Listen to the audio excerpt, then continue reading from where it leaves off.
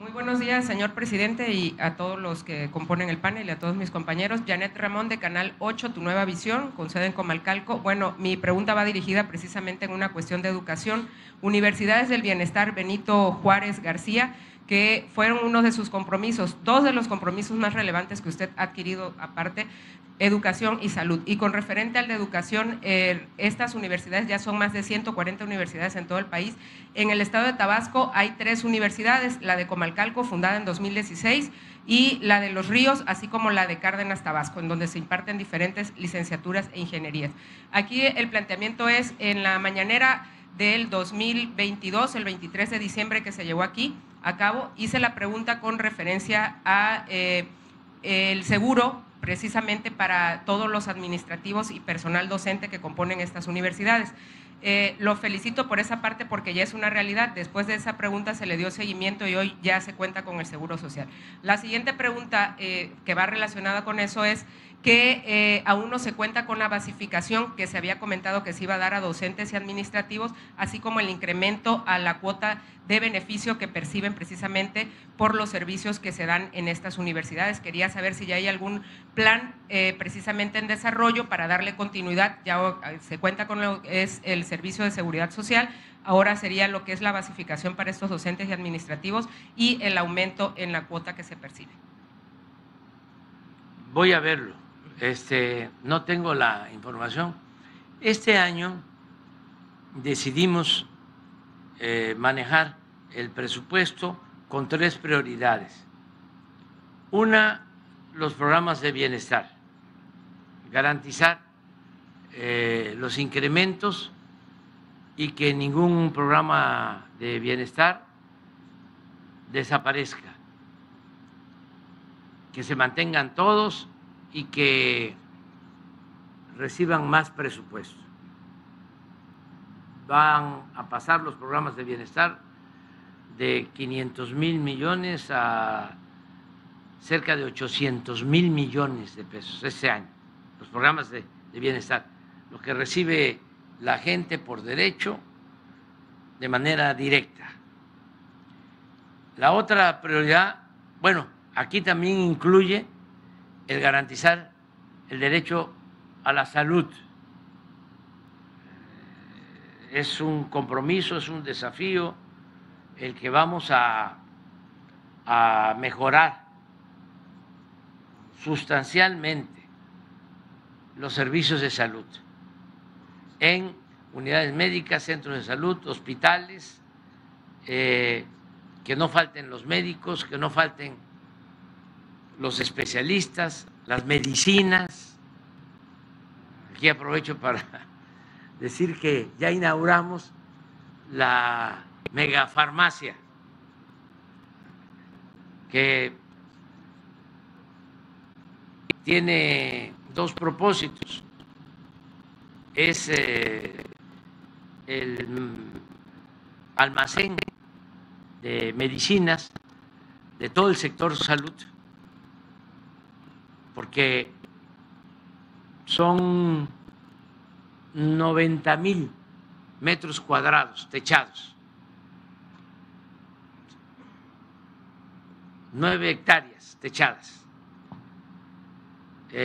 para bodegas, y ahí está también la farmacia, porque nuestros adversarios quisieron también confundir de que ya no iban a haber medicamentos en los centros de salud y en los hospitales y que todos los medicamentos los iba a distribuir la farmacia.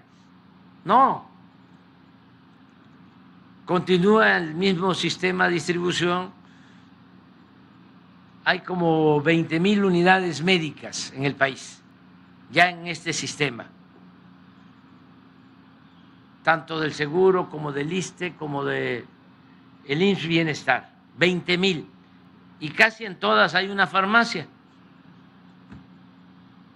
Esas farmacias van a seguir siendo abastecidas de medicinas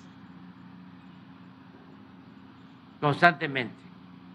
Ya en el sistema IMSS Bienestar tenemos un abasto del 96% en promedio en hospitales, centros de salud. La farmacia es un complemento importantísimo para que si aún con ese abasto faltan medicamentos o no hay un medicamento en un pueblo, en una región, en un estado,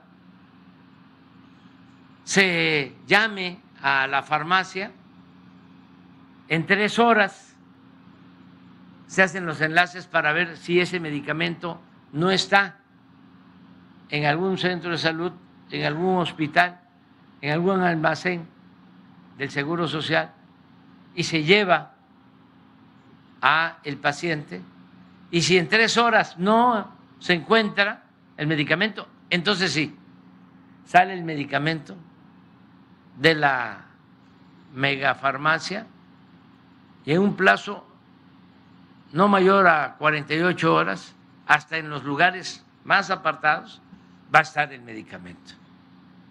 Ese es el propósito. Entonces, son los compromisos que tienen que ver con el bienestar. Lo segundo es que tengamos presupuesto para que no queden obras inconclusas, que todo lo que iniciamos se termine. El Tren Maya, que se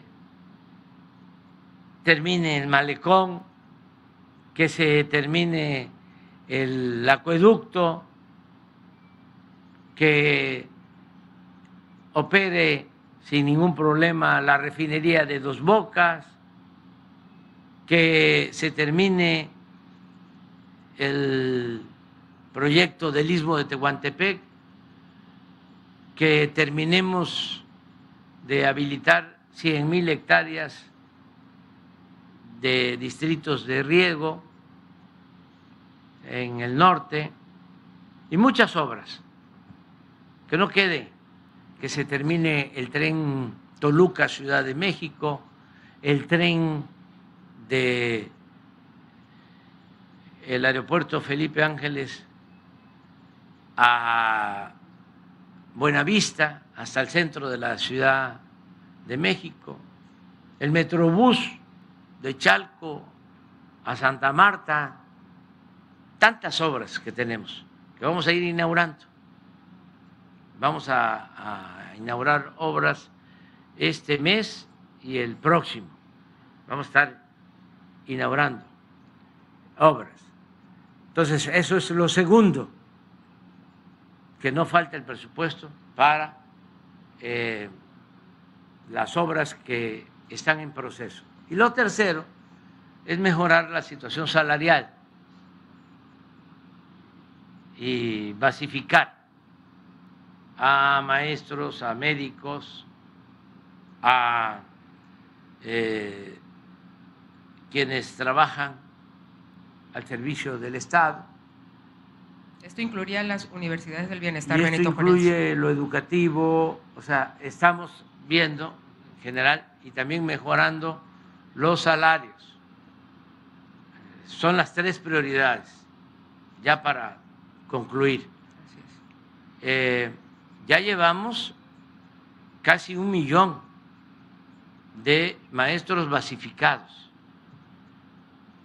desde que estamos. Y tomamos la decisión que ningún maestro gane menos de 16,000 pesos mensuales. Estamos hablando de mínimo. También para que no se vaya a malinterpretar, que hay maestros que pueden estar obteniendo más y que no vayan a pensar de que se les va a bajar. No, es el mínimo. Y vamos a tomar en cuenta lo que estás planteando, lo vamos a ver, y sí, en efecto, ya van a ser 200 universidades del sistema Benito Juárez, y sí, una de las primeras que se creó fue la de Comalcalco, sí, 2016. Yo tengo también el orgullo de que me tocó como opositor fundar la Universidad de la Chontalpa, en Cárdenas. Me han tocado cosas importantes que se hicieron cuando yo no tenía ningún cargo. Les platico que los libros de secundaria los tenían que comprar los padres. Y cuando llego a ser dirigente de un partido y empiezan a entregar bastante dinero a los partidos, yo me inconformé y era yo dirigente. Estaba yo entrando, llegando, y me dijo el presidente Zedillo: le voy a ver cobrando el cheque.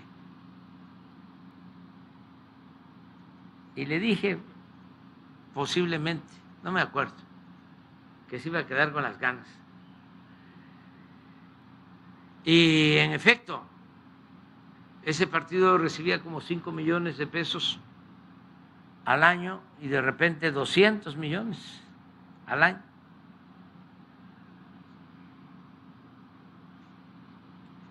Bastante maíz, y no era maíz con gorgojo.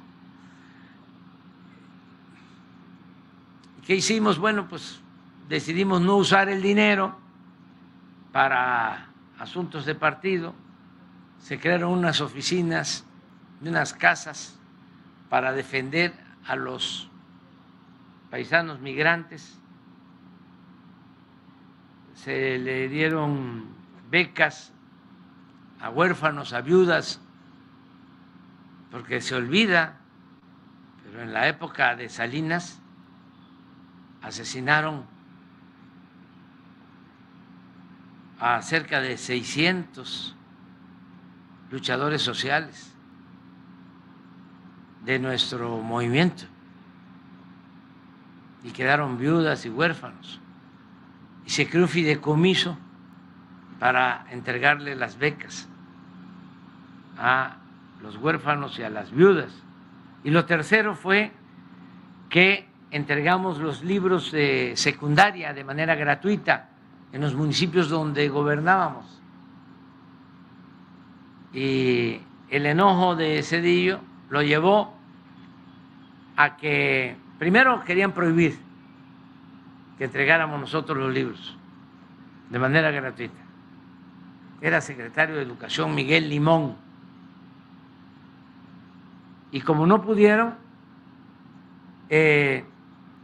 decretó Zedillo a partir de entonces que los libros de secundaria se iban a entregar de manera gratuita a todos los estudiantes, porque hasta entonces se entregaban de manera gratuita los libros solo de primaria, y a partir de ahí se empezaron a entregar de manera gratuita los libros de secundaria. Les cuento otra también importante. Sin tener cargo, por nosotros se permitió a los partidos contratar tiempo en radio y sobre todo en televisión, porque hasta 1997 ni pagando nos transmitían mensajes en televisión a quienes éramos opositores, aún contando con partidos legalmente registrados. Y a partir de entonces, por gestiones nuestras y protestas nuestras, se permitió por primera vez que se contrataran tiempos en televisión a los partidos. O sea, sí han habido cosas importantes, aportes importantes. Por eso yo, cuando dicen cargos, y sí, son importantes los cargos, pero hay que pensar más en los encargos, más que en los cargos. Es qué puede uno hacer en beneficio de otros, no qué nivel va uno a alcanzar o qué cargo se va a tener. Hay servidores públicos que más que el cargo, lo que aportan para el desarrollo del país, para el bienestar del pueblo, es mucho más que el cargo. Aquí está el caso del secretario de la Defensa. Pues es importante el cargo, pero todo estaba pensado para tareas militares. Y en las misiones de la defensa, en las 5 misiones, había una, la cuarta misión, que tenía que ver con el apoyo de la Secretaría de Defensa y del Ejército para el desarrollo nacional, contribuir en la creación, en la construcción de obras para el desarrollo nacional. Esa misión pues no se aplicaba, ni ahora se aplica muchísimo, porque los ingenieros militares están haciendo grandes obras y tiene que ver con esa misión. Entonces, es el cargo, pero también el encargo. Lo mismo la Secretaría de Marina. Lo voy a decir porque luego se olvida. Pero ¿cuándo en la historia de Tabasco se habían llevado a cabo labores de desasolve en las dimensiones, en los volúmenes de desasolve que ahora ha llevado a cabo la Secretaría de Marina? ¿Cuándo? Nunca en la historia. Desde el presidente Madero, que le plantean el desasolve de la barra, de la desembocadura de El Grijalva. Luego se mantuvo por algún tiempo también en frontera una draga en la época del presidente Álvaro Obregón, y luego también con el presidente López Mateos. Pero a ver si pones el plano del dragado de ahora para ver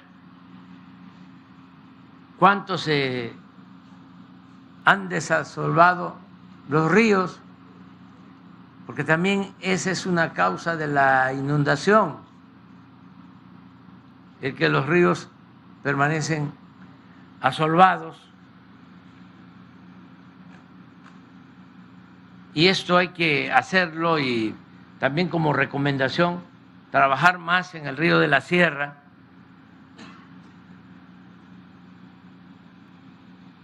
Pero ese es el trabajo.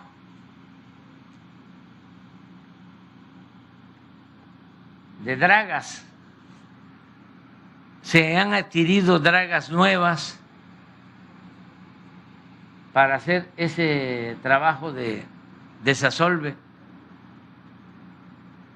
Esto significa quitar el fango que se acumula, porque Tabasco es una planicie.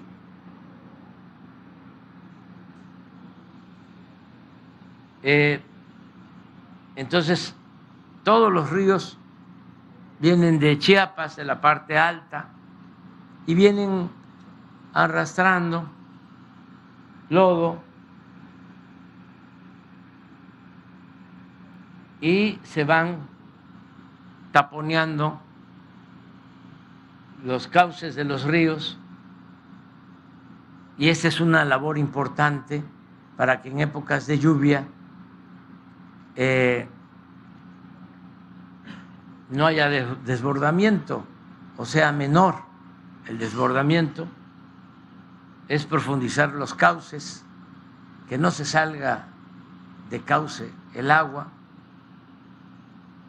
y también ahora tenemos más control de las presas, que era un problema. ¿A qué habían llegado los neoliberales corruptos? Les cuento, en el Grijalva hay 4 hidroeléctricas, infraestructura que se hizo con ingeniería mexicana, inversiones públicas muy importantes, además con el propósito de control de las avenidas y de generar energía eléctrica barata y no contaminante, porque es energía limpia la que se produce en las hidroeléctricas. Empiezan a entregar los permisos para las empresas extranjeras para generar energía eléctrica desde Salinas, que reformó una ley secundaria violando la Constitución para entregar las concesiones a particulares, sobre todo extranjeros, y empiezan a limitar la generación de energía de la Comisión Federal de Electricidad, y crearon un sistema para que se decidiera qué plantas podían subir la energía generada a las líneas de transmisión y qué plantas no. Pues toda la preferencia se la daban a las plantas privadas,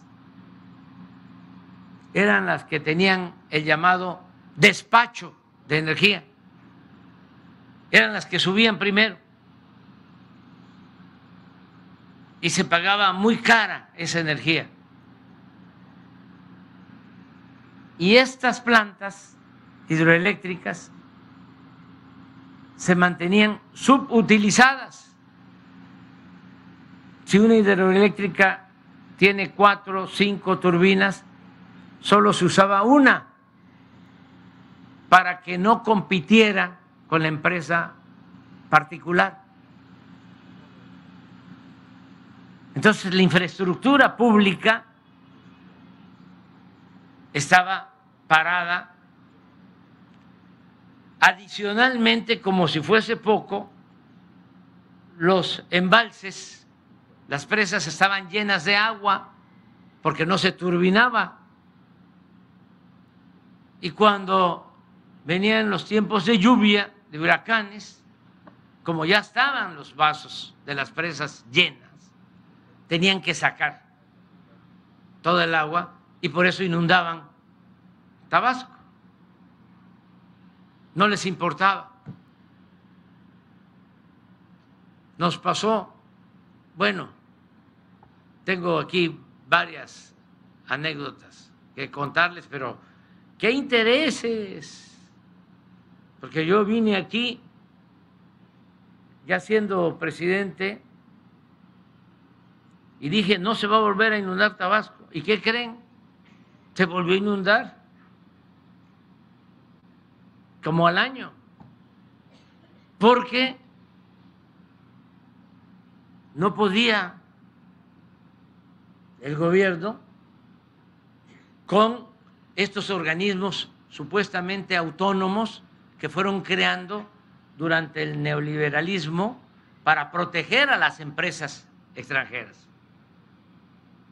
Gobiernos paralelos, que a mí no me ha dado tiempo de irlos quitando, porque hay que desmontar, hay que desmantelar todo eso que crearon para favorecer a las empresas particulares, empresas extranjeras, en contra del interés público, porque lo que les importaba era el lucro, el que ganaran dinero los particulares y que repartieran dinero a funcionarios y predominara la corrupción, hasta que pusimos orden y ya se logró un control de las presas, pero nos costó mucho, amparos, imagínense, amparos para que no turbinen las hidroeléctricas, un amparo de una empresa italiana, porque le perjudicaba. Y jueces y magistrados del Poder Judicial concediéndoles los amparos. Por eso no vamos a dar ni un paso atrás en la necesidad de reformar el Poder Judicial. Le pregunto a todos los mexicanos si saben de algo bueno que haya hecho en beneficio del pueblo el Poder Judicial. Al contrario, durante todo el periodo neoliberal fueron los que legitimaron el saqueo, la política de pillaje. Claro que hay que cambiar, reformar el Poder Judicial, más que ya no nos alcanza a nosotros el tiempo, pero quienes van a sustituirnos, la persona que nos va a sustituir, va a poder seguir adelante, seguir limpiando, seguir desbrozando el camino para la transformación del país. Nos vamos con, a ver,